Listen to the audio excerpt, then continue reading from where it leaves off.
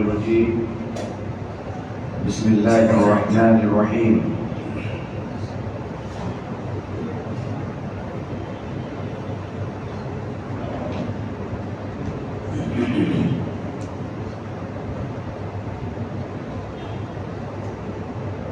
إن الذين ينادون من وراء الحجرات أكثرهم لا يعقلون ولو أنهم صبروا حتى يخرج إليهم لكان خيرا لهم الله غفور رحيم يا أيها الذين آمنوا إن جاءكم فاسق بنبأ فتبينوا أن تصيبوا قوما بجهالة فتصبحوا على ما فعلتم نادمين واعلموا أن فيكم رسول الله ليطيعكم في كثير من الأمر لعنتم ولكن الله حبب إليكم الإيمان وزينه في قلوبكم وكره إليكم الكفر والفسوق والعصيان أولئك هم الراشدون فضلا من الله ونعمة والله عليم حكيم صدق الله العظيم شكر درشري اللهم صل على محمد وعلى آل محمد كما صليت على إبراهيم وعلى آل إبراهيم إنك حميد مجيد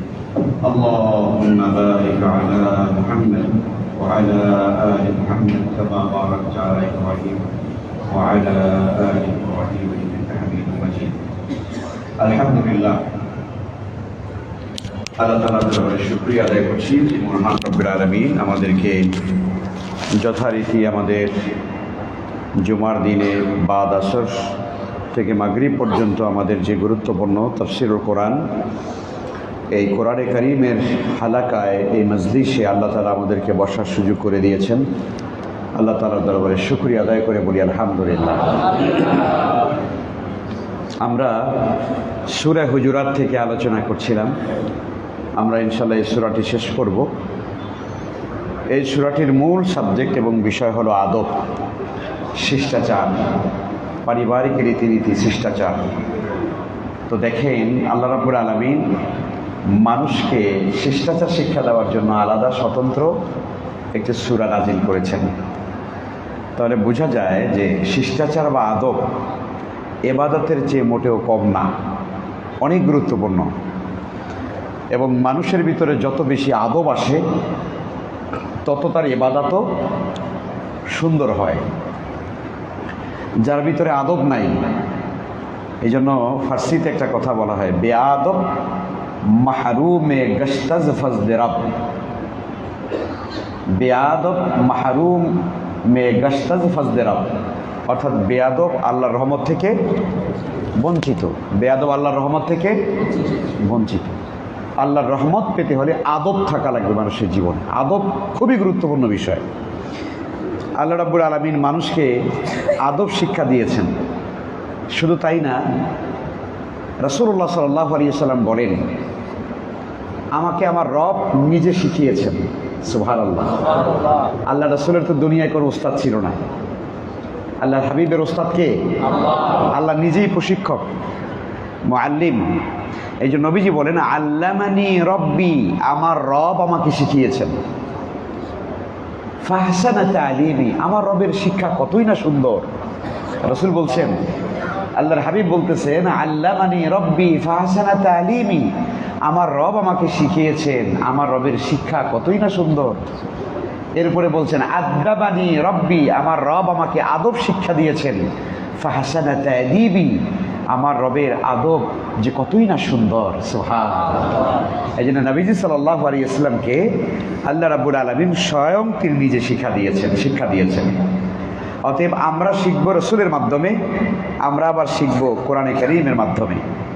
তো সূরা হুজুরাত এটি টোটাল সূরাটাই হলো আদবের উপরে। আমরা কয়েকটি আয়াতগত আলোচনায় করেছি। সময় যেহেতু কমে যাচ্ছে, এই জন্য লম্বা এদিক ওদিক আলোচনা না করে সরাসরি আয়াত থেকে আমরা আলোচনা নিব। 4 নম্বর আয়াতে কারিমা 3 নম্বর পর্যন্ত আলোচনা হয়েছে। আল্লাহ তাআলা বলেন, ইন্নাল্লাযীনা ইউনাদুনাকা মিন ওয়ারাইল হুজুরাতি আকসারুহুম লা ইয়াকিলুন। ইরশাদ হচ্ছে, ইন্নাল্লাযীনা, নিশ্চয়ই যারা, ইউনাদুনাকা, হে নবী আপনাকে যারা ডাকে, আপনাকে যারা আহ্বান করে মিন ওয়ারাইল হুজুরাত, পর্দার আড়াল থেকে, দেওয়ালের ওপাশ থেকে যারা আপনাকে ডাকে, আকসারুহুম লা ইয়াকিলুন, এদের অধিকাংশই হলো জ্ঞানহীন, আকলহীন, জ্ঞানবিহীন লোক, বেয়াক্কল লোক। লা ইয়াকিলুন মানে বেয়াক্কল, অর্থাৎ এদের কোনো আকল নাই, কোনো জ্ঞান নাই। ঘটনাটা কি ঘটেছে এই আয়াতে কারিমার শান নজুলটা বলি। শান নজুলটা হলো, এই কোরআনে কারিমের পাতা উল্টে যায়, এই জন্য আমাদের এটা মোবাইল তো উপরে রাখা আদবের খেলা, তাই না? আচ্ছা,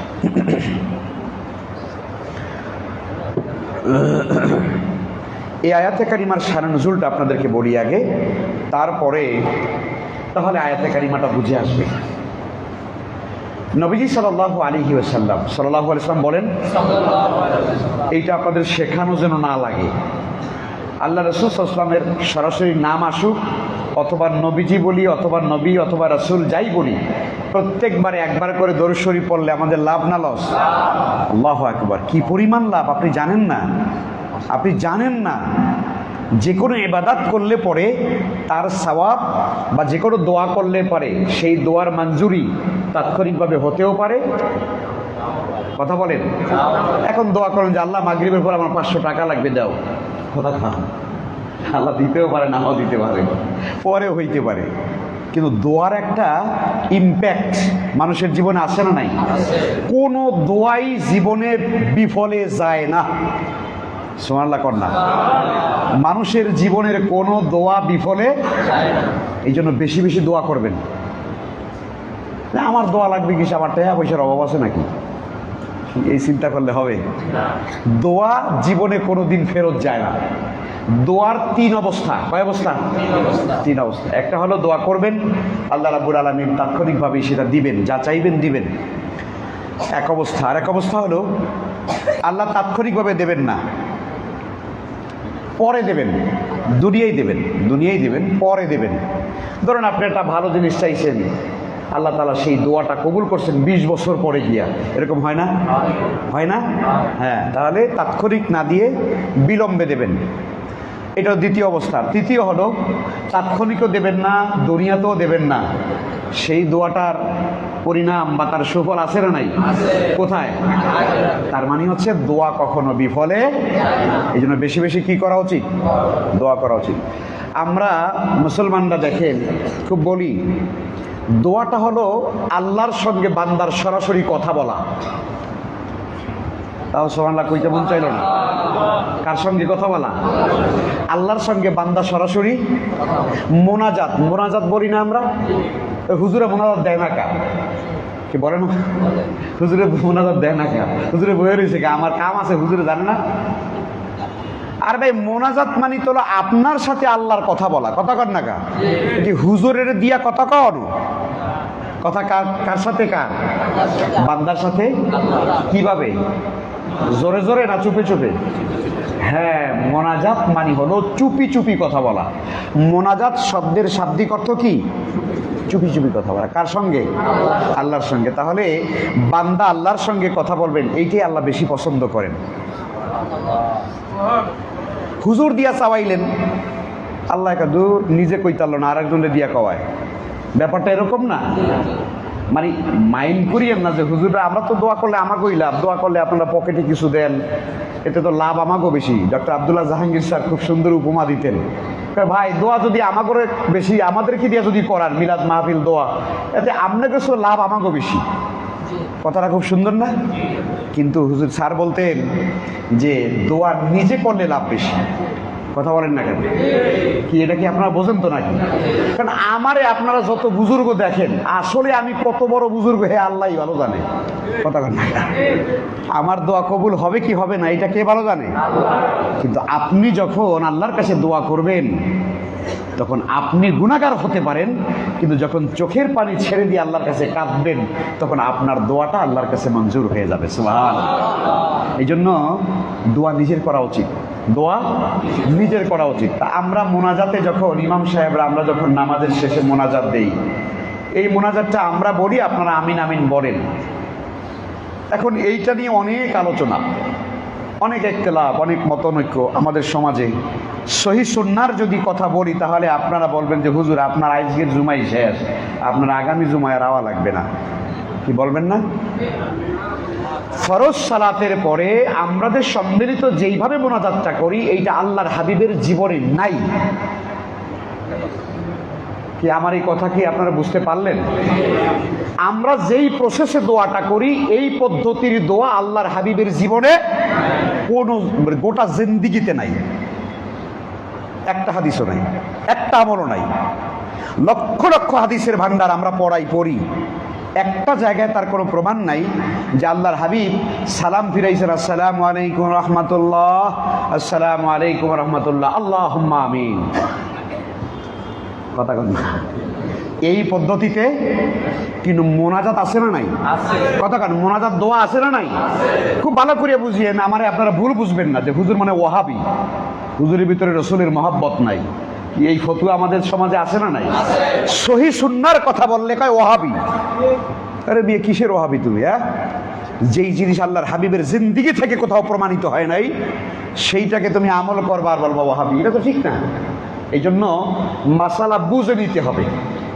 মোনাজাত কোরআন এবং সুন্নাহ দ্বারা প্রমাণিত আছে না নাই? আছে।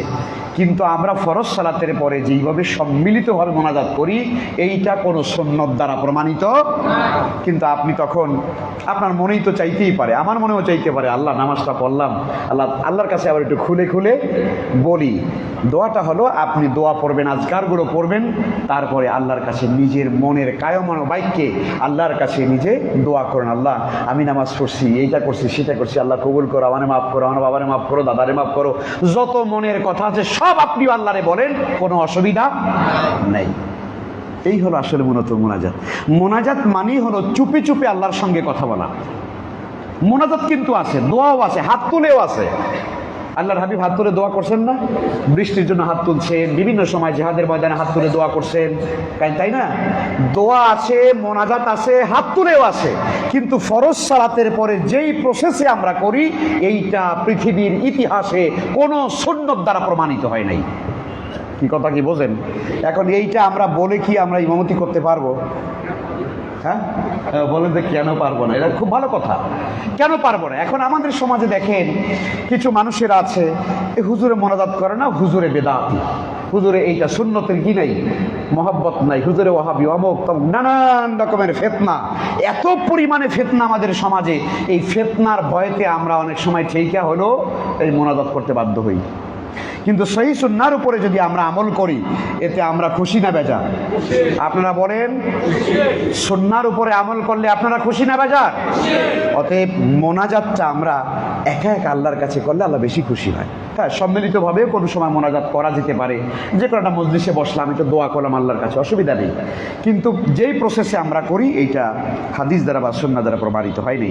যেই হোক, তাহলে আমি বলছিলাম ভূমিকা হিসেবে কথা বেড়ে যায়, দোয়া করতেই হবে, মোনাজাত করতেই হবে। মোনাজাত মানে হলো আল্লাহর কাছে চুপে চুপে বলা। এখন ধরেন আমরা যেভাবে জোরে জোরে বলি, চিৎকার করে করে বলি, এইটাও কিন্তু সুন্নতের খেলাফ। দোয়া হলো আল্লাহর কাছে খুব খুব নিবিড়ভাবে কায়মনোবাক্যে আপনার মনোযোগ দিয়ে, তাই না, বিনয়ের সঙ্গে আল্লাহর সাথে দোয়া করা। তো কাজেই দোয়াটা আমরা করার চেষ্টা করব ইনশাআল্লাহ। তো আমরা আসেন এখান থেকে একটু দেখার চেষ্টা করি। ইন্নাল্লাযীনা ইউনাদুনাকা মিন ওয়ারাইল হুজুরাতি আকসারুহুম লা ইয়াকিলুন। আল্লাহ তাআলা বলছেন ইন্নাল্লাযীনা, নিশ্চয়ই যারা, ইউনাদুনাকা, যারা আপনাকে ডাকে, মিন ওয়ারাইল হুজুরাতে, পর্দার ওই পাশ থেকে, দেওয়ালের ওপাশ থেকে, পর্দার আড়াল থেকে, আকসারুহুম লা ইয়াকিলুন, এরা হলো অধিকাংশই জ্ঞানহীন, এরা হলো বিবেকহীন। এই আয়াতে কারিমা নাজিল হয়, আমি বলছিলাম শান নজুলটা এবার শুনে নেন। আয়াতে কারিমাটা নাজিল হয় রাসূলুল্লাহ সাল্লাল্লাহু আলাইহি ওয়াসাল্লামের সময় বনু তামিম গোত্র থেকে কিছু লোকেরা, মরুভূমি এলাকার বেদুইন টাইপের লোক, বেদুইন মানে হলো যাদের ভিতরে কালচার কম, ভদ্রতা সভ্যতা এগুলো তারা ভালো বুঝে না, এমন কিছু লোক বেদুইন টাইপের লোক, এরা বনু তামিম গোত্র থেকে রাসূল করিম সাল্লাল্লাহু আলাইহি ওয়াসাল্লামের সঙ্গে দেখা করার জন্য আসছে। তাফসীরের ভিতরে লেখা হয়েছে সময়টা নবম হিজরির কথা। নবম হিজরিতে বনু তামিম গোত্র আছে একটা আরবের, সেই গোত্র থেকে কিছু লোকেরা আল্লাহর হাবিবের সঙ্গে দেখা করার জন্য আসছে। তো এসে নবীজি দুপুর বেলাতে কোনো একজন উম্মাহাতুল মুমিনিন উম্মুল মুমিনিন তার ঘরে আল্লাহর হাবিব দুপুরের পরে বিশ্রাম নিচ্ছেন। এই সময় ওরা এই লোকগুলো দেয়ালের ওই পাশ থেকে নবীজির ঘরের পাশের দেয়াল থেকে বা পর্দার আড়াল থেকে তারা ডাকাডাকি শুরু করেছে, ইয়া মুহাম্মদ তাআল হুনা, ইয়া মুহাম্মদ তাআল হুনা, ও মুহাম্মদ এদিকে আসো, ও মুহাম্মদ এদিকে আসো। নাউজুবিল্লাহি মিন যালিক। তো এই যে দেখেন আল্লাহর হাবিব যখন দুপুরবেলা একটু আরাম করছেন, বিশ্রাম নিয়েছেন, সেই মুহূর্তে কিছু বেদুইন লোকেরা এসে নবীজি সাল্লাল্লাহু আলাইহি ইসলামকে অনাকাঙ্ক্ষিতভাবে অনভিপ্রেতভাবে ডাকাডাকি করছে। নবীজির আরামে তার বিশ্রামে ব্যাঘাত হচ্ছে, আর ডাকার যে পদ্ধতিটা সেই পদ্ধতিটাও ভালো না। ও মুহাম্মদ, ও মুহাম্মদ এদিকে আসো, তোমার সঙ্গে কথা আছে। যখন তারা এইভাবে ডাকাডাকি করতেছিল, আল্লাহ রাব্বুল আলামিন তখন রাসূল করিম সাল্লাল্লাহু আলাইহি ওয়াসাল্লাম এর উপরে এই আয়াতে কারিমা নাজিল করেছেন। জোরে কন্না সুবহানাল্লাহ। হ্যাঁ, আমার মনে পড়েছে এবার যে মোনাজাতের কথা আমি কেন বলেছি, যে আমরা যখন রাসূলের নাম বলি, মুহাম্মদ বলি, অথবা রাসূল বলি, অথবা নবী বলি, তখন একজন সচেতন মুসল্লি তার ভেতর থেকে অটোমেটিক বেরিয়ে যাওয়া উচিত সাল্লাল্লাহু আলাইহি ওয়াসাল্লাম।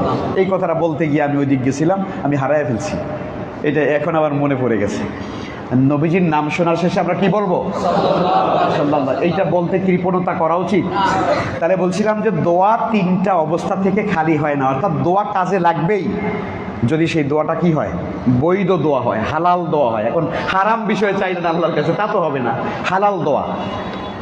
এখন দেখেন, কিন্তু কোনো মানুষ যদি ইমিডিয়েটলি আল্লাহর কাছে কিছু চায়, যে আল্লাহ আমার এখনই দরকার, কথা কন না, এরকম কিছু সিচুয়েশন আছে না, যে আল্লাহ এটা বাকিতে হবে না, এখন নগদে দাও, এখনই আমার দরকার, আল্লাহ বিপদে পড়ে গেছি, এখন আমাকে বিপদ থেকে উদ্ধার করো। কোনো মানুষ যদি এরকম তাৎক্ষণিকভাবে আল্লাহর রহমত কামনা করে, তাহলে তার জন্য আমল হলো আল্লাহর হাবিব সাল্লাল্লাহু আলাইহি ওয়াসাল্লামের উপরে দরুদ শরীফের আমল করা। জোরে কন্না সুবহানাল্লাহ। কারণ নবীজির হাদিস, মান সাল্লা আলাইয়া ওয়াহিদান, মান সাল্লা আলাইয়া ওয়াহিদান সাল্লাল্লাহু আলাইহি বিহা আশারা, যে আল্লাহর হাবিব বলেন যে আমার উপরে একবার দরুদ পড়ে আল্লাহ তাআলা সঙ্গে সঙ্গে তার উপরে 10টা রহমত নাজিল করে। এবং এইটা আল্লাহ দেরি করে না, কারণ বান্দা রাসূলের মহব্বতে দরুদ পড়েছে, আল্লাহ সঙ্গে সঙ্গে বান্দার উপরে 10টা রহমত নাজিল করে দেয়। তাহলে আল্লাহর রহমত যদি কারো উপরে নাজিল হয়, তাহলে দেখা যায় তাৎক্ষণিকভাবে আল্লাহ তাআলা তার যে কোনো সমস্যা, সংকট, বিপদ আল্লাহ তাআলা দূর করে দেবেন। সুবহানাল্লাহ।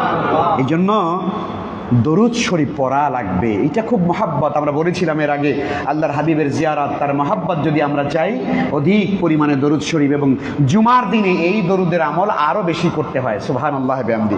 তো এই জন্য আমরা দরুদটা পড়ার চেষ্টা করব। তো দেখেন, এই আয়াতে কারিমা নাজিল হয়েছে বনু তামিম গোত্রের লোকদের সম্পর্কে, যারা নবম হিজরিতে রাসূলের কাছে এসেছিলেন। আসার পরে নবীজির সঙ্গে দেখা করতে গিয়ে তারা অনাহুতভাবে ডাকাডাকি করছিলেন। তখন আল্লাহ রাব্বুল আলামিন দেখলেন আমার নবীর কষ্ট হচ্ছে, নবীজির বিশ্রামে ব্যাঘাত ঘটছে, এবং তার আল্লাহর হাবিবের শান এবং তার মর্যাদার পরিপন্থী ভাষায় নবীকে ডাকছে। আল্লাহ রাব্বুল আলামিনের সহ্য হয় নাই, আমার নবীর অসম্মান, এটা হতে পারে না। আল্লাহ তাআলা সঙ্গে সঙ্গে আয়াতে কারিমা নাজিল করে দিলেন। সুবহানাল্লাহ। আপনি চিন্তা করেন তো দেখি, আল্লাহ তাআলা তার হাবিবকে কি মহব্বত করেন। এরপরে আল্লাহ তাআলা বলছেন তার পরবর্তী আয়াত, ওয়ালাউ আন্নাহুম সাবারু হাত্তা ইয়াখরুজা ইলাইহিম লাকানা খায়রাল লাহুম ওয়াল্লাহু গফুরুর রহিম। আল্লাহ রাব্বুল আলামিন বলেন, লাউ আন্নাহুম সাবারু, ওরা যদি পর্দার আড়াল থেকে ডাকাডাকি না করে, ওয়ালাউ আন্নাহুম সাবারু, যদি তারা সবর করত, ওরা যদি একটু ধৈর্য ধারণ করতো, হাত্তা তাখরুজা ইলাইহিম, যতক্ষণ পর্যন্ত আপনি আরাম শেষ করে, বিশ্রাম শেষ করে তাদের সঙ্গে তাদের কাছে আপনি বের না হচ্ছেন, ওই পর্যন্ত তারা যদি অপেক্ষা করত, সবর করত, লাকানা খায়রাল লাহুম, এইটা তাদের জন্য বড় ভালো হতো। সুবহান। আল্লাহ রাব্বুল আলামিন কি সুন্দরভাবে আদব শেখাচ্ছেন দেখেন। ওরা ডাকাডাকি না করে যদি অপেক্ষা করত, ঠিক আছে আমি হুজুরের সঙ্গে দেখা করতে আসছি, হুজুর হয়তো কোনো হাজতে আছেন, কোনো প্রয়োজনে আছেন, যখন বের হবেন তখন তার সঙ্গে আমি কথা বলে মাসালাটা জানবো, এইটা যদি হয় তাহলে পরে বড় সুন্দর হয়। এরকম অবস্থা আমাদের সমাজের মধ্যে আছে না নাই? আছে। বিশেষ করে হুজুর দেখলে আমরা রাস্তা দিয়ে হুজুর, ইমাম সাহেব হুজুর, হুজুর কথা কার না, আরে ভাই কি হুজুর, হুজুর দেখছে আর মশলা মনের মধ্যে জাগছে, হুজুর দেখলে মশলার কথা মনে পড়ে, তাই না? আর ডাক্তার দেখলে অসুখের কথা মনে পড়ে। তো ভালো, হুজুরদেরকে দেখলে, আলেমদেরকে দেখলে মাসালা মনে হওয়া ভালো, কিন্তু জিজ্ঞাসা করার একটা আদব আছে না নাই? আদব আছে। আপনি জিজ্ঞাসা করেন, একটু দ্রুত হাঁটেন, দূর থেকে ডাকা না।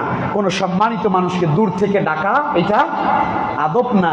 আপনি তার সঙ্গে দেখা করতে চান, দ্রুত সামনে যান, তারপরে তার কাছে গিয়ে তাকে সালাম দিয়ে, হুজুর আমার একটু জরুরি কথা আছে, একটা মাসালা আছে, যে কোনো একটা সমস্যা, এইটা কাছাকাছি গিয়ে ডাক দিয়ে, কাছাকাছি সালাম দিয়ে তারপরে বলা, এটা হলো আদব। কিন্তু আমরা অনেক সময় দূর থেকে, হুজুর খারান, হুজুর খারান, আমার মশলা আছে। তো এইটা আমরা যেন না করি, তাই না? আল্লাহ তাআলা বলছেন তারা যদি অপেক্ষা করত, সবর করত, আপনি যতক্ষণ পর্যন্ত বের না হচ্ছেন, লাকানা খাইরাল লাহুম, এটি ওদের জন্য ভালো ছিল, ওদের অন্তরের পরিশুদ্ধতার জন্য এটা ভালো ছিল। আল্লাহ তাআলা বলেন আল্লাহু গফুরুর রহিম, আল্লাহ তাআলা মহা ক্ষমাশীল এবং পরম দয়ালু। এই আয়াতের শেষের অংশ দ্বারা বোঝা যায় ওরা যদি ক্ষমা চায় তাহলে আল্লাহ তাদেরকে ক্ষমা করে দিবেন। অর্থাৎ ওরা যে বেয়াদবি করছে রসুলের সঙ্গে, এবার আল্লাহ তাআলা এই আয়াত দিয়ে বুঝিয়ে দিছে, তোমরা আমার কাছে মাপ চাইলে আমি এই আদবের খেলাফ কাজটাকে আমি আর ধরে রাখবো না, আমি আল্লাহ মাফ করে দেবো। সুবহানাল্লাহ, আল্লাহু আকবার। কি সুন্দর আদব আল্লাহ তাআলা শিখাচ্ছেন দেখেন। এরপরে আল্লাহ তাআলা বলছেন, ইয়া আইয়ুহাল্লাযীনা আমানু ইন জাআকুম ফাসিকুম বিনাবাইন ফাতাবায়ানু আন তুসিবু কওমান বিজাহালাতিন ফাতুসবিহু আলা মা ফাআলতুম নাদিমিন। ইয়া আইয়ুহাল্লাযীনা আমানু, হে ঈমানদারেরা, ইন জাআকুম ফাসিকুম বিনাবাইন, যদি তোমাদের কাছে কোনো ফাসিক, তোমাদের কাছে কোনো ফাসিক ব্যক্তি যদি আসে, বিনা বাইন, কোনো সংবাদ বহন করে, কোনো খবর নিয়ে যদি তোমার কাছে আসে যে শুনছো এই ঘটনা ঘটছে, এরকম কোনো কথা, কোনো সংবাদ যদি তোমার কাছে নিয়ে আসে, আল্লাহ তাআলা বলতেছেন, আল্লাহর কথা এটা, ফাতাবায়ানু, তাহলে তোমরা ওইটা শোনার দ্বারাই তোমরা এটা আরেকজনের কাছে বলবে না, যতক্ষণ পর্যন্ত ওই ঘটনা যাচাই করে সত্যতা নিরূপণ না করবে ততক্ষণ পর্যন্ত তোমরা এটা অন্যের কাছে বলবে না। ফাতাবায়ানু, তোমরা এটাকে যাচাই করো।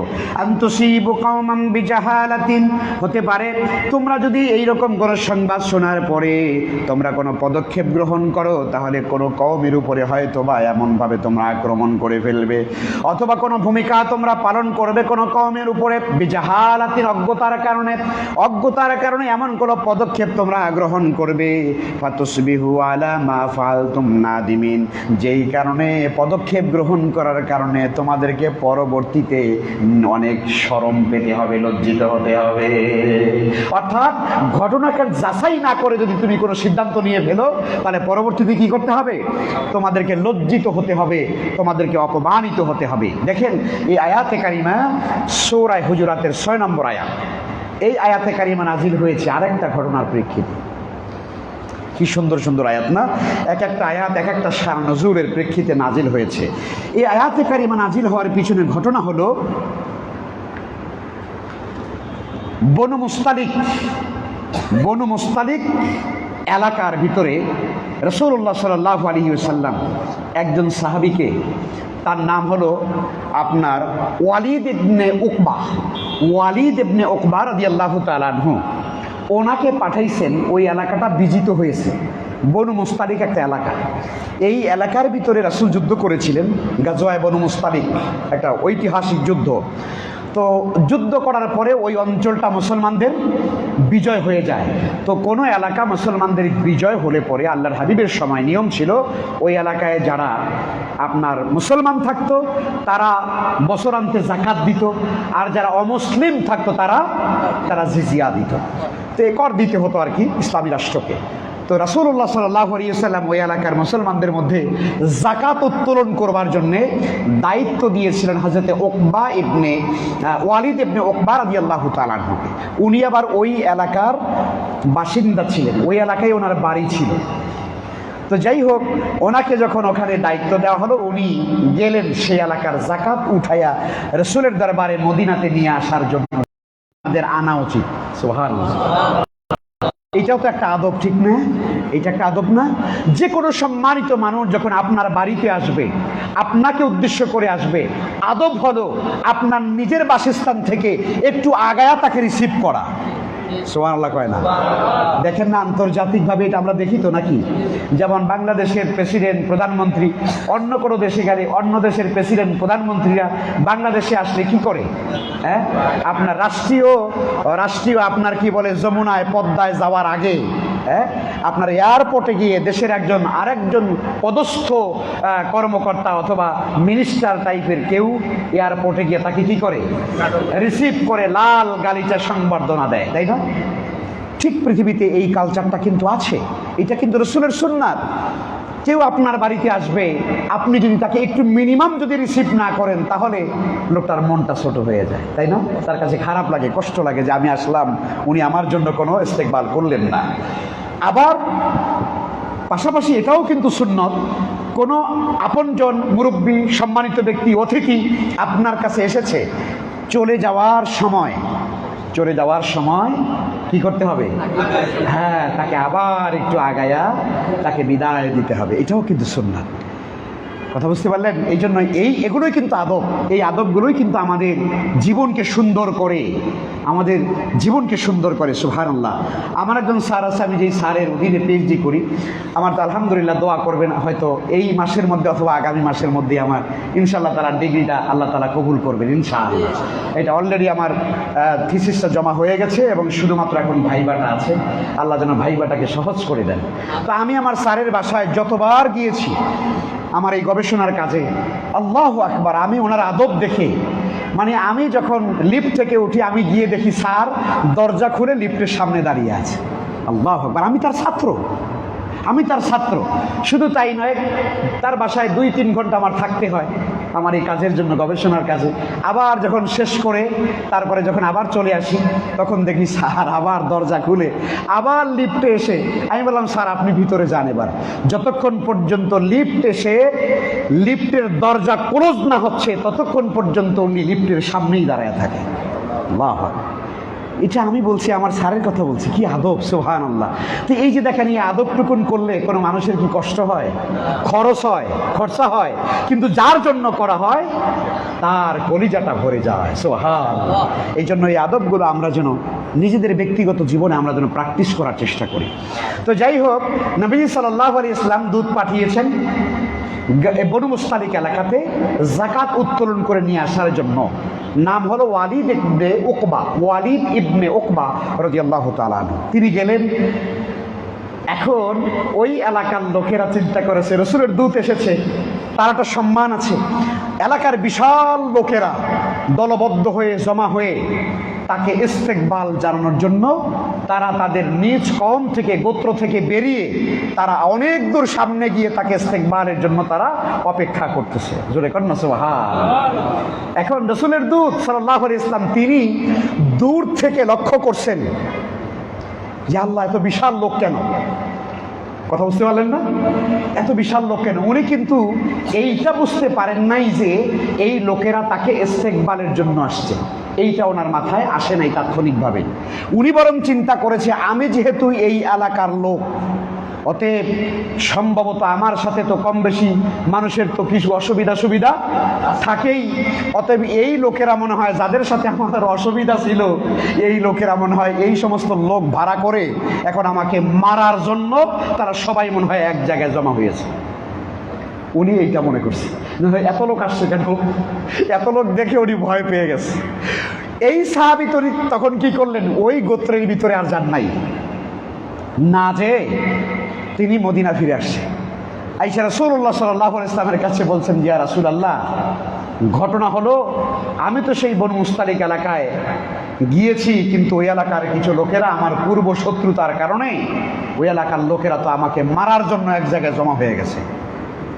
তো আমি আর ওই এলাকার মধ্যে আর যাই নেই, আমি যাকাত না নিয়ে আমি ভয়ের চোটে মদিনা চলে আসছি। আসলে ব্যাপারটা ছিল একান্তই তার মনের ভিতরে একটা ভয়, আর কিছু না। নবী করিম সাল্লাল্লাহু আলাইহি ওয়াসাল্লাম তখন এই কথা শোনার পরে তিনি বললেন, সর্বনাশ, আমার দূত যাকাত উত্তোলন করার জন্য গিয়েছে আর তাকে মারার জন্য লোকেরা জমা হয়ে গেছে। ঠিক আছে, খালিদ বিন ওলীদকে বলেন, খালিদ তুমি এবার সেনাপতি রেডি, সেনা রেডি করো। দেখেন ঐতিহাসিক ঘটনা, কিন্তু এটা তাফসিরে এসেছে, হাদিস দ্বারা প্রমাণিত। আল্লাহ রাসূল তখন খালিদ বিন ওলীদকে লাগাই দিলেন, সৈন্য রেডি করো, বনু মুস্তালিক এলাকায় যুদ্ধ করা হবে। আল্লাহু আকবার। তোমার নেতৃত্বে সৈনিকেরা যাবে এবং ওদের সঙ্গে মোকাবেলা করে ওদেরকে পরাস্ত করা হবে যারা আমার দূতকে হত্যা করার পরিকল্পনা করেছে। নাউজুবিল্লাহ। ঠিক এই ঘটনা যখন আল্লাহর হাবিব খালিদ বিন ওলীদকে যখন রেডি করতেছেন, সৈনিকেরা অস্ত্রের ঝনঝনানি শুরু হয়ে গেছে, বনু মুস্তালিক এলাকায় যাবে যুদ্ধ করার জন্য। ঠিক সেই সময় আল্লাহ রাব্বুল আলামিন এই আয়াতে কারিমা নাযিল করেছেন। আল্লাহু আকবার। অর্থাৎ এই আয়াতে কারিমাটা শুধু ওই সাহাবীর শানে নয়, এটা সামগ্রিক অর্থে যে কোনো সময় যদি কোনো তথ্য যদি আপনার সঠিক না হয়, অর্থাৎ কেউ যদি একটা তথ্য বলে, এটা যাচাই বাছাই না করে আপনি কোনো পদক্ষেপ গ্রহণ করবেন না। যদি আপনি পদক্ষেপ গ্রহণ করেন তাহলে এমন কিছু কাজ হয়ে যেতে পারে যেই জন্য পরবর্তীতে আপনাকে আফসোস করতে হতে পারে এবং আপনি ক্ষতির সম্মুখীন হয়ে যেতে পারেন। আল্লাহ তাআলা সেই জন্য বলছেন, ইয়া আইয়ুহাল্লাযীনা আমানু, হে ঈমানদারগণ, ইন জাআকুম ফাসিকুম বিনাবাইন ফাতাবায়ানু, যখন তোমাদের কাছে কোনো ফাসিক কোনো সংবাদ নিয়ে আসবে তখন তোমরা সেইটা যাচাই বাছাই করে দেখো। আন তুসিবু কওমান বিজাহালাতিন, তোমরা যেন অজ্ঞতার কারণে কোনো কওমের উপর যেন তোমরা আক্রমণ করে না বসো। ফাতুসবিহু আলা মা ফাআলতুম নাদিমিন, আর এই আক্রমণ করার কারণে তোমরা হয়তো পরবর্তীতে লজ্জিত হয়ে যাবে। আল্লাহু আকবার। এই ঘটনাটা কিন্তু এখন আমাদের সমাজে মারাত্মকভাবে কিন্তু এখন এটা ছড়িয়ে আছে, ঠিক কিনা কারণ এটা এত বেশি যা বলার অপেক্ষা রাখে না। যেমন আপনি দেখলেন যে ফেসবুকের মধ্যে একজন একটা স্ট্যাটাস দিছে, অমুক লোক মরে গেছে, এরকম হয় না? হয় না? আপনিও সাথে সাথে দিয়ে দিলেন যে হ্যাঁ উনিও মরছে, উনি মারা গেছে, আপনিও দিয়ে দিলেন, শেয়ার দিয়ে দিলেন। অথবা যে কোনো একটা ব্যক্তি সম্পর্কে তার চরিত্র হনন করে একটা মিথ্যা কথা ফেসবুকের মধ্যে ছড়িয়ে দিল লোকেরা, আপনি সেটাকে শেয়ার দিলেন, আপনি কপি করলেন, আপনি পোস্ট করলেন। তাহলে এই মিথ্যা সংবাদ ছড়িয়ে দেওয়ার কারণে প্রথম যে ব্যক্তি ছড়িয়ে দিল ও যেই পরিমাণ গুনাহগার হবে, আপনি শেয়ার দেওয়ার কারণে, কমেন্ট করার কারণে এইটাকে আপনি যা করবেন সমপরিমাণ গুনাহ আল্লাহ আপনার আমার আমলনামায় দেবেন। আউযুবিল্লাহি মিন যালিক। এই জন্য যে কোনো সংবাদ দেখলেই প্রচার করা যাবে না, যাচাই করা লাগবে। এখন দেখেন আমাদের মধ্যে এই সোশ্যাল মিডিয়ার যুগে এটা কেন বেশি হয়? বেশি হয় এ কারণে সকল মানুষ চায় ভাইরাল হইতে। কথা কর না, কি চায়? ভাইরাল হইতে চায়, যে সবাই আগে যেন আমি দিতে পারি। তো সবাই আগে দিতে গিয়া যাচাই করার সময় নাই, সবার আগে দেওয়া লাগবে। এই জন্য যাচাইবিহীন কোনো সংবাদ যখন আমরা সমাজের মধ্যে ছড়িয়ে দিই তখন হতে পারে ওই একটা সংবাদের কারণে একটা পরিবার ধ্বংস হয়ে যেতে পারে, একটা সংবাদের কারণে একজন সম্মানিত মানুষের জীবন, তার ইজ্জত সব শেষ হয়ে যেতে পারে। এরকম ঘটনা ঘটে না? একটা মানুষের সম্পর্কে এআই দিয়ে অনেক ভিডিও বানায়, এখন এআই দিয়ে বানায় না? আপনি এআই দিয়ে ভিডিও বানাইলে আপনারা যারা একটু বয়স্ক আছেন আপনারা জীবনও বুঝবেন না যে এটা যে আসলে এটা হলো আপনার কি আর্টিফিশিয়াল। এআই মানে কি? Artificial intelligence. অর্থাৎ এইটা বানানো হয়, এটা রিয়েল না, এটা আসল না। এখন আপনার ছবি যদি কেউ যদি এআই দিয়া বানায়, আপনি তো দেখতে মাশাআল্লাহ খুশি হয়ে যাবেন, মাশাআল্লাহ আমার যে ছবি তাতে মাশাআল্লাহ হুজুর যে গত সপ্তাহে বলছিল মাসনা করার ব্যাপারে, তো আলহামদুলিল্লাহ ছবি সুরত দেখে যা মনে হয় তাতে মাসনা করা যাবে। কি মাসনা বোঝেন না মনে হয় নাকি? মাসনা মানে হলো দ্বিতীয় বিবাহ, তাই না? অর্থাৎ এত সুন্দর করে ছবি আপনার বানায় দিতে পারবে। এগুলা বানায় কে? এআই দিয়ে বানায়।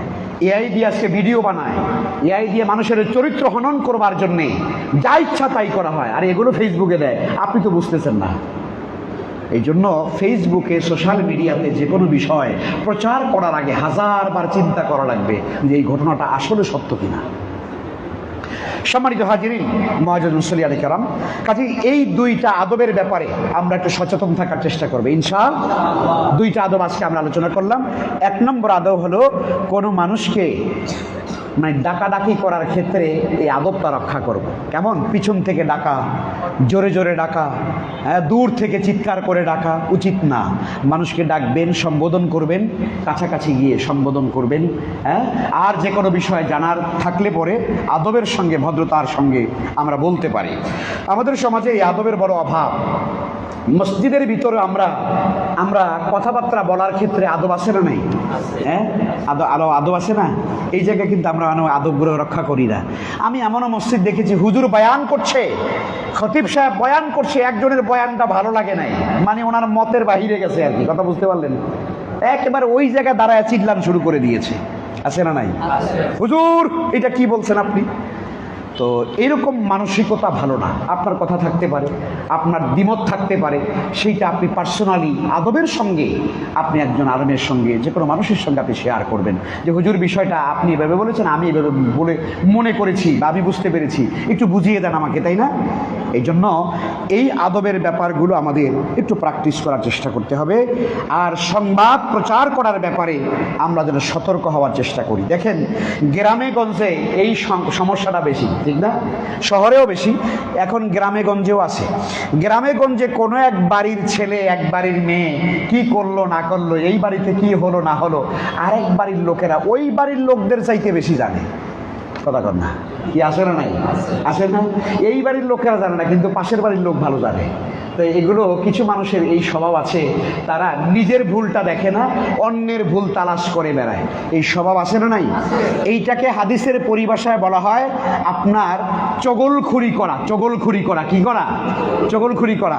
এটাকে হাদিসে বলা হয় নামিমা। নামিমা, নামিমা করা, অর্থাৎ একজনের কথা আরেকজনের কাছে কি করা? লাগাইয়া দেওয়া। আরে ভাই, আপনার যা গালাগালি করলো না, কথা কন, এরকম বলে না? আসলে কিছুই বলে নাই, আমি লাগিয়ে দিচ্ছি আর কি, লাগিয়ে দিচ্ছে। নামিমা করা। নামিমার কারণে কবরের ভিতরে আযাব হয়। নামিমার কারণে কি হয়? এবং নামিমা এটা কি বলেন, এটা কোন ধরনের গুনাহ হবে? এটা কাবিরা গুনাহ। মনে রাখবেন, গীবত করা, শিকায়াত করা, পরনিন্দা করা, পরচর্চা করা, নামিমা করা, এই জাতীয় যত রকমের স্বভাব আছে প্রত্যেকটা কবিরা গুনাহ। কি গুনাহ? কেন কবিরা গুনাহ কেন হলো?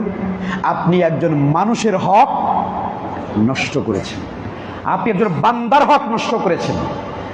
অতএব ওই বান্দা ক্ষমা না করা পর্যন্ত আল্লাহ ক্ষমা করবেন না। এই জন্য মানুষ সম্পর্কে মন্তব্য করা থেকে 1000 বার চিন্তা করবেন। আমাদের সমাজে মানুষ নিজের সম্পর্কে চিন্তা কম, মানুষ সম্পর্কে মন্তব্য আগে বেশি, আর মন্তব্য করতে সময় লাগে না। কথা বুঝতে পারলেন না? এই জন্য নামিমা করা এইটা হলো কবিরা গুনাহ। এই কবিরা গুনাহ থেকে আল্লাহ আমাদেরকে বাঁচিয়ে রাখুন। একটা হাদিস বলে শেষ করব, কিছু প্রশ্ন আছে। রাসূলুল্লাহ সাল্লাল্লাহু আলাইহি ওয়াসাল্লাম একদিন, বুখারীতে আসছে হাদিসটা, আল্লাহর হাবিব একদিন রাস্তার পাশ দিয়ে যাচ্ছেন, একটা কবরের পাশ দিয়ে যাচ্ছেন। মাররা রাসূলুল্লাহ সাল্লাল্লাহু আলাইহি ওয়াসাল্লাম আলা কবরাইন, দুইটা কবর, একটা না দুইটা কবরের পাশ দিয়ে যাচ্ছেন। নবীজি সাহাবায়ে কেরামদেরকে বলেন, একটু থামো, ফায়ুআযিবানি, এই দুই কবরের ভিতরে আযাব হচ্ছে। নবীজি সাল্লাল্লাহু আলাইহি ওয়াসাল্লাম তখন একটা খেজুর গাছের ডাল ছিঁড়ে তিনি কবরের উপরে এভাবে গেড়ে দিলেন। সাহাবায়ে কেরাম বললেন, ইয়া রাসূলুল্লাহ, এটাতে কি উপকার হবে? নবীজি বললেন, এই খেজুরের ডাল যতক্ষণ পর্যন্ত তরু তাজা থাকবে ওরা আল্লাহর জিকির করে, অতএব এই জিকিরের কারণে আমি আশা করি এই দুই ব্যক্তির কবর আযাব কিছুটা হলেও হালকা হবে, কিছুটা হলেও হালকা করে দেওয়া হবে। আল্লাহু আকবার বলেন, আল্লাহু আকবার। তো সাহাবায়ে কেরাম বললেন, ইয়া রাসূলুল্লাহ, দুই কবরে আযাব কেন হচ্ছে? তখন নবীজি বললেন, আম্মা আহাদুহুমা, এই দুই কবরওয়ালার এক কবরওয়ালার অবস্থা হলো লা ইয়াস্তানজিহু আনিল বাউল, সে পেশাব থেকে ভালো করে পবিত্রতা অর্জন করত না। কি ভালো করে বুঝতে পারলেন তো? অর্থাৎ পেশাব পায়খানা থেকে যারা ভালো করে তাহারাত অর্জন না করবে, এই কারণে তাদের কবরে কি হবে? আযাব। হাদিসের অন্য রেওয়ায়াতে আসছে লা ইয়াস্তাতিরু আনিল বাউল, পেশাব পায়খানা করবার সময় তারা সতর ঢাকা রাখে না। এইটা হলো কারণ। দুই হাদিসের মধ্যে দুই রকম ইবারত আছে। একটা হলো ভালো করে পবিত্র হয় না, আর একটা হলো ভালো করে সতর ঢাকে না। আছে না এরকম? গ্রামে গঞ্জে দেখা যায় বেশি, তাই না? শহরেও আছে, শহরেও আছে এখন, তাই না? কোন জায়গায় পেশাব করতে বসতে হয় আর কোন জায়গায় বসতে হয় না, এই সেন্স আমাদের নাই। একবারে মহাসড়ক, মাশাআল্লাহ, হাজার মানুষ চলছে, এমন চলাফেরার জায়গার মধ্যে মানুষ বসে পেশাব করে দিচ্ছে। আবার মানুষ চলছে, সেই জায়গায় পেশাব করতেছে, মাশাআল্লাহ, একেবারে কাপড় একেবারে হাঁটু থেকে উঠাইয়া এই পর্যন্ত টাইনা উঠে আলাইছে। এরকম আছে না?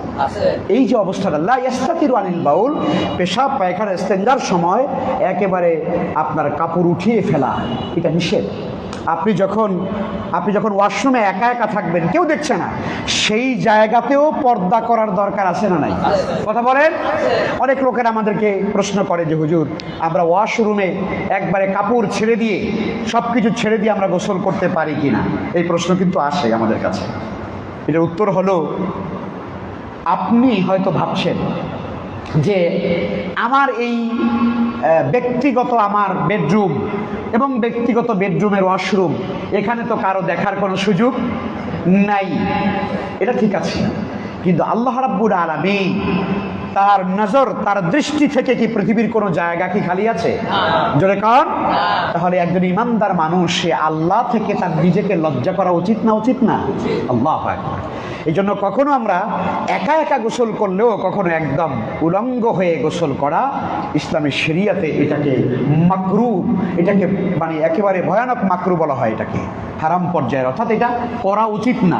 তবে প্রয়োজন যদি হয়, একান্ত প্রয়োজন হতে পারে না, কখন হতে পারে, কেউ যদি প্রয়োজনে যদি এটা করতে হয়, তাহলে সেক্ষেত্রে কোনো অসুবিধা নেই।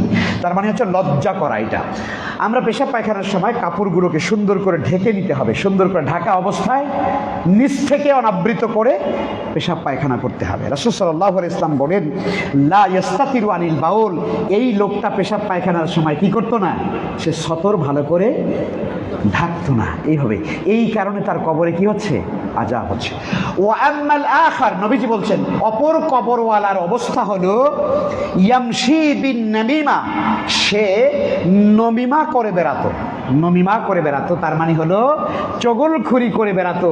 এর কথা তার কাছে, তার কথা হের কাছে, তার কথা ওর কাছে, এই একজনের কথা আর একজনের কাছে লাগিয়ে বেড়াতো। এই কারণে তার কবরের ভিতরে কি হচ্ছে? আযাব হচ্ছে। সম্মানিত মুসল্লিয়ানে কেরাম, এই জন্য আমরা চগলখুরি করা, পরনিন্দা করা, পরচর্চা করা, গীবত করা, মানুষের সমালোচনা করা জীবনের তরে হারাম করে দেন। এইটা আপনার আমার কাজ না, পারবো না ইনশাল্লাহ।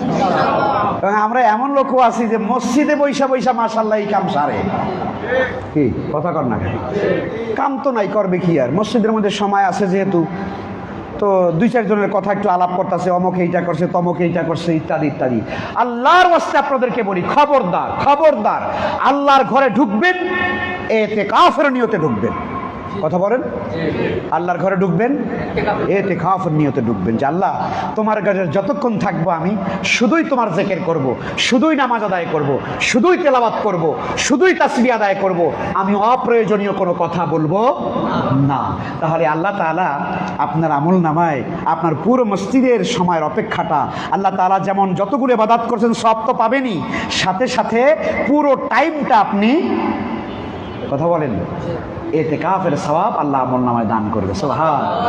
আমার ওস্তাদ যিনি, যার কাছে আমি হাদিস পড়েছি, হুজুর বলতেন, বেটা মনে করেছো শুধুমাত্র ইতিকাফ রমজানের শেষ 10 দিনই হয়? ইতিকাফ 1 ঘন্টারও হয়।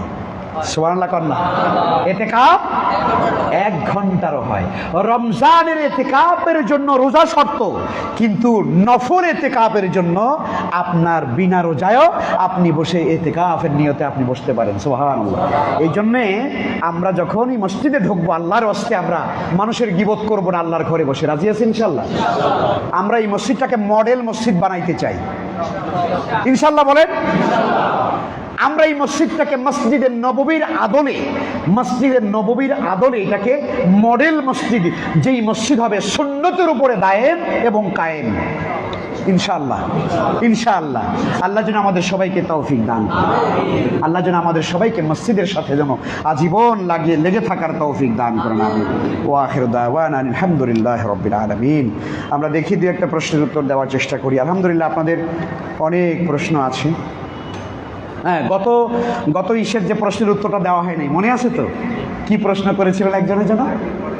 যে মাদ্রাসায় শিক্ষকতা করে, মসজিদে ইমামতি করে, কোরআনে কারিম শিখিয়ে টাকা বা পয়সা নেওয়া যাবে কিনা, এই ব্যাপারে উলামায়ে কেরামের রায় বা সিদ্ধান্ত হলো আহলুস সুন্নাহ ওয়াল জামাত এবং সকল মাযহাবের ইমামগণই এটা বিশ্বাস করেন, মনে করেন দিন শেখা এটা ফরজ। বলেন, দিন শেখা কি কথা বলেন? কোরআনে কারিম শেখা ফরজ। প্রত্যেক মুসলমানের জন্য এইটা ভাত খায়া জীবন যাপন করা, বাঁচা যেমন ফরজ, ঠিক আপনার আমার জন্য দিন শেখাও, কোরআন শেখাও, নামাজ পড়াও ফরজ। অতএব যেই কাজটা ফরজ, ওই ফরজ কাজটা শেখার জন্য, পালন করার জন্য ব্যবস্থাটা করা, ম্যানেজমেন্ট করাও ফরজ। নাকি ফরজ না? আচ্ছা, যদি মনে করেন যে বাইতুল আমান মসজিদ, একটা মসজিদ আছে এখানে, কিন্তু এখানে কোনো ইমাম নাই, নির্ধারিত কোনো ইমাম নাই, নির্ধারিত কোনো মুয়াজ্জিন নাই, নির্ধারিত কোনো খাদেম নাই, আপনি বলেন তো আল্লাহর ঘরের এই মসজিদের ফরজ ইবাদতের জন্য যে ব্যবস্থাপনা, ম্যানেজমেন্ট, সেটা কি যথারীতি চলবে? জোরে কোন চলবে? ইসলাম এত হালকা জিনিস না, আবেগ দিয়ে ইসলাম বোঝা যায় না। কত সুন্দর না? হুজুররা টাকা নেবে কেন? তো হুজুররা এখানে যদি সময় দেন, তিনি যদি এই সময়টা, একটা কিন্তু ভালো করে মনে রাখবেন যে হুজুর আপনারা টাকার বিনিময়ে কোরআন শরীফ পড়ান, টাকার বিনিময়ে দিন শেখান না। খুব ভালো করে বুঝবেন, মাসালাটা খুব সূক্ষ্ম একটা মাসালা। কোনো মানুষ আল্লাহর কালামের একটা হরফ পড়িয়ে আপনি তার বিনিময়ে 1 কোটি টাকা দিলে একটা হরফের মূল্য দেওয়া হবে? ভালো করে বলেন, মূল্য দেওয়া হবে? আপনি যেই ওস্তাদের কাছে ছোটবেলায় জীবনে আলিফ বাতা পড়েছেন, ওই ওস্তাদ যদি আপনার বেঁচে থাকে আর আপনি যদি বলেন যে ওস্তাদ আপনি আমাকে আলিফ বাতা পড়িয়েছিলেন, কায়দা পড়িয়েছিলেন, আমপারা পড়িয়েছিলেন, এর বিনিময়ে আমি আপনাকে 1 কোটি টাকা দিতে চাই, আপনার ওস্তাদের এই যে খেদমত বা তার যে শেখা, তার যে এলেমের যে মর্যাদা বা মূল্যায়ন, এটা কি হবে? হবে না। তাহলে বোঝা গেল কোনো মানুষ দিন শিখিয়ে, কোরআন শিখিয়ে, মাদ্রাসায় পড়িয়ে ওই এলেমের বিনিময়ে তিনি কোনো পয়সা নেন না, এটা দেওয়াও সম্ভব না, দেওয়াও সম্ভব না। তাহলে নেন কেন? নেন হলো একজন ইমাম, ধরুন এই মসজিদের ইমাম, খাদেম, খতিব, আপনার মুয়াজ্জিন, যারা এখানে সময় দেয়, তিনি যদি এখানে সময়টা না দিয়ে, তার ধরেন কোনো এখানে চাকরি নাই, তার কোনো দায়িত্বও নাই, সে ফ্রি মানুষ, সে যদি এই সময়টা অন্য কোনো কাজে দেয়, তাহলে তার পরিবার পরিজনের ভরণ পোষণের জন্য কি একটা রিজিকের ফয়সালা হবে না? হবে না? হবে। ধরুন সে এখানে কোনো মুয়াজ্জিনি করবে না, ইমামতি করবে না, সে একটা দোকানে কাপড়ের দোকানদারি করবে, তাহলে আল্লাহ রাব্বুল আলামিন তার ওই কাজের মাধ্যমে তার রিজিক দিবেন কিনা? তাহলে যেহেতু করে আল্লাহ রাব্বুল আলামিন প্রত্যেকটা মানুষের রিজিকের জন্য একটা ব্যবস্থা, একটা উপায়, একটা মাধ্যম করে দিয়েছেন, কাজেই আমাদের দিন শেখা ফরজ, নামাজ পড়া ফরজ, জামাতের সঙ্গে পড়া ফরজ। এই যে শরীয়তের গুরুত্বপূর্ণ কাজ, এইটা কেউ না কেউ নির্ধারিতভাবে দায়িত্বটা পালন করতেই হবে। যদি এইটা দায়িত্ব কেউ পালন না করে, তাহলে এই ফরজ ইবাদত সুন্দরভাবে পালন করার আর কোনো পরিবেশ থাকবে না। এই জন্য ওলামায়ে কেরাম বলেন, অবশ্যই একটা মানুষের জীবন যাপনের জন্য, তার পরিবার পরিজন ছেলে সন্তান নিয়ে পৃথিবীতে বেঁচে থাকবার জন্য যতটুকুন তার সম্মানী হাদিয়া দরকার, এইটা দিয়ে তারপরে তার এই খেদমতটা নেওয়া, এটা শরীয়তের জায়েজ। জোরে বলেন না সুবহানাল্লাহ। তো কাজেই বিষয়টা আমরা যত সুন্দর করে বলি যে এটা না নিলে খুব ভালো হতো, তাহলে চাকরিও থাকবে না, কারো দায়িত্বও থাকবে না, তাহলে মুসল্লিরা আসবে, যে যেরকম পারে নামাজ পড়ে চলে যাবে, তাহলে ইসলামের এই সুন্দর ব্যবস্থাপনাটা গড়ে উঠবে না। অতএব এইটা শরীয়তে জায়েজ। এখন বলবেন যে হুজুর কেউ যদি না নেয়, হ্যাঁ, কেউ যদি মনে করে যে না আমি নামাজ পড়াবো, কিন্তু আলহামদুলিল্লাহ আমার বাবার সম্পদ আছে, টাকা আছে, আমি কোনো পয়সা নেব না, তাহলে এইটা তো নূরুন আলা নূর, এইটা হলো আল্লাহর পক্ষ থেকে তার জন্য অনেক বড় একটা পাওনা। সুবহানাল্লাহ। না নিতে পারলে তো আলহামদুলিল্লাহ, সে কোথায় পাবে? পরকালে পাবে। তো এই জন্য দুনিয়াতে নিলে এতে ইখলাসের কোনো ক্ষতি হবে না ইনশাআল্লাহ তাআলা। প্রশ্ন করেছেন, আচ্ছা এইটার উত্তর আমরা দিয়েছি। জি, সময় তো আলহামদুলিল্লাহ কমে যাচ্ছে, আমরা একটু সংক্ষেপে চেষ্টা করব কয়েকটা প্রশ্নের। এইটার উত্তর দেওয়া হয়ে গেছে, এগুলো বাছাই করা হয়নি। ও, এখানে একজনে প্রশ্ন করেছিলেন, আমরা এই প্রশ্নের উত্তর আংশিক দিয়েছিলাম যে জশ্নে জুলুস কি এবং কেন, এটা বলেছি আমরা। আজকাল কোনো আলেম নিজেদেরকে আওলাদে রসুল বলে, কেমন এটা আপনাদের কাছে কীরকম মনে হয়? আওলাদে রসুল বুঝছেন তো আপনারা, কি বলেন তো? রসুলের বংশধর। ভালো শব্দটা, ভালো শুনতে ভালো লাগে। আল্লাহর হাবিবের বংশধর হলে আমাদেরও তো চোখ দেখলে শীতল হয়, কথা কর না? নবীর বংশধরের কোনো মানুষ যদি আমরা পাই, তাহলে আমাদের মহব্বত করতে ইচ্ছা করবে না? আল্লাহর হাবিবের বংশধর আসছে। কিন্তু আপনাদেরকে বলি, আওলাদে রসুল নামে এখন এই পাক ভারত উপমহাদেশে যেই পরিমাণ লোকেরা নিজেদেরকে আওলাদে রসুল দাবি করে, এর ভিতরে 90% লোকের কোনো নসব নামাই নাই। কথা কর না, কি নাই? কোনো নসব নামা নাই। আপনি চিন্তা করেন, আচ্ছা যেই লোকটা এই দেশে জন্মগ্রহণ করার পরে আওলাদে রসুল হয়ে গেল, আমার তো স্বাভাবিক বিবেকে ধরে যে তুমি যদি আমার নবীর বংশে হও, তাহলে তোমার বাড়ি অন্তত থাকার কথা সৌদি আরবে। কথা বলেন না, কি কথাটা বোঝেন না আপনারা? রসুলের বংশের মানুষ তুমি এই দেশে কেমনে আইলা? আসলে মূলত অধিকাংশ ক্ষেত্রেই এইরকম আওলাদে রসুল যার নাম দেয়, আসলে মূলত একটা বংশ পরম্পরায় চালায়া যাইতেছে আর কি, কথা কর না। কারণ এরকম চালায়া দিলে লাভ আছে না নাই? বহুত লাভ আছে। ও লস না, দুনিয়াতে কিছু লাভ আছে, দুনিয়াতে লাভ আছে। আপনি আওলাদে রসুল কইলে আপনি হাদিয়া তোহফা দিবেন না? তো আল্লাহ মাফ করে দিন, নবীজি সাল্লাল্লাহু আলাইহি ওয়াসাল্লামের সত্যিকার পরিবার এবং তার বংশধারার কোনো মানুষ যদি আমরা পাই, তাহলে এটা আমাদের জন্য অনেক বড় খুশনসিব, ভাগ্যের ব্যাপার। কিন্তু অধিকাংশ লোকেরাই নিজেকে আওলাদে রসুল দাবি করছেন, অথচ তার আপাদ মস্তকে হলো বেদাতে ভরা। কথা কন না? আচ্ছা ভাই, রসুলের সুন্নতের অনুসরণ কে করবে বেশি? রসুলের পরিবারের সদস্য যারা, তারাই তো। আপনার আমার থেকে সাধারণ মানুষের চাইতো। কিন্তু আওলাদে রসুল দাবি করার পরে সুন্নতের কোনো খবর নাই, বেদাতে ভরা, এই লোক কি আওলাদে রসুল হওয়ার দাবিদার হতে পারে? তার মানে কি? তার মানে হলো আসলে ভুয়া। অধিকাংশ ক্ষেত্রে এগুলো হয়। তবে হ্যাঁ, কিছু মানুষ তো অবশ্যই পৃথিবীতে থাকবেন যারা আল্লাহ রসুল সাল্লাল্লাহু আলাইহি ওয়াসাল্লামের বংশের এবং তার উত্তরসূরি। একজন আরেকজনকে ফোনের মধ্যে কথা বলতে বলতে কবুল কবুল কবুল বলে, তাহলে কি বিবাহ হবে নাকি এর উত্তরটা, আচ্ছা নাকি উত্তরটা জানতে চাই। বুঝতে পারলেন না প্রশ্ন? বুঝেছেন? ফোনের ভিতরে ফোনে একজন আরেকজনকে কবুল কবুল কবুল বলছে। এখন এখানে বুঝতে হবে যে এই কবুলটা আসলে কিভাবে বলছেন, কেন বলছেন, বুঝতে হবে। সাক্ষী ছিল কিনা, কথা বুঝতে পারলেন না? এই সব কিছু বিষয় বোঝার পরে হলো বিবাহ। কারণ এটা আইনি ব্যাপার, আইনি ব্যাপার, এটা আইনি কথা, এটা জায়েজ হয়ে যাবে, বিয়ে হয়ে যাবে বলা যাবে না। তবে হ্যাঁ, ফোনের মাধ্যমে আপনার বিয়ে বৈধ ওলামায়ে কেরামের মতে, কিন্তু সেটার জন্য কি করতে হবে? যেমন এই জায়গায় একটা মজলিস বসেছে, সাক্ষী আছে, সব কিছু আছে, আবার অপর প্রান্তেও সেখানে মেয়ে পক্ষের আত্মীয় স্বজন আছে, বাবা মা আছে, উকিলরা আছে, হ্যাঁ সবাই আছে, উভয় পক্ষের কথা শুনছে, সব কিছু জানছে, সাক্ষীরা আছে, সব কিছু সামনে রেখে যদি বলা হয় ঠিক আছে, আমি এই শর্তের ভিত্তিতে এই মহারণা ধার্য করিয়া কেমন আমি এই বিবাহকে কবুল করিলাম, তাহলেই শুধুমাত্র এই বিবাহ কি হবে? গ্রহণযোগ্য হবে। এখন এগুলোর আদৌ কোনো খবর নাই, হ্যালো তোমারে আমি কবুল করছি, কবুল কবুল কবুল, তাহলে এভাবে করে কবুল করলে আসলে শরীয়তে বিবাহ হয় না। আর একটা বিষয় আপনাদেরকে বলি, সেটা হলো কোনো নারী আর কোনো ছেলে আর পুরুষ, ছেলে আর মেয়ে যদি আপনার, এটাকে বলা হয় বাকেরা, হাদিসে বলা হয়েছে বাকেরা আর সাইয়েবা। বাকেরা মানে হলো কুমারী মেয়ে, অর্থাৎ যেই মেয়েটা একেবারেই কম বয়সী, তার বুদ্ধি প্রজ্ঞা এখনো পরিপূর্ণ হয় নাই, এই মেয়ে যদি নিজের বিবাহ দেয়, ধরুন একটা ছেলের সঙ্গে তার সম্পর্ক আছে, সে নিজে নিজেই বিবাহ বসে গেল। হাদিসের মধ্যে পরিষ্কার বলা আছে, মান নাকাহাত বিগাইরি ইজনি ওয়ালিহা ফানিকাহুহা বাতিলুন বাতিলুন বাতিলুন। কয়বার বাতিল?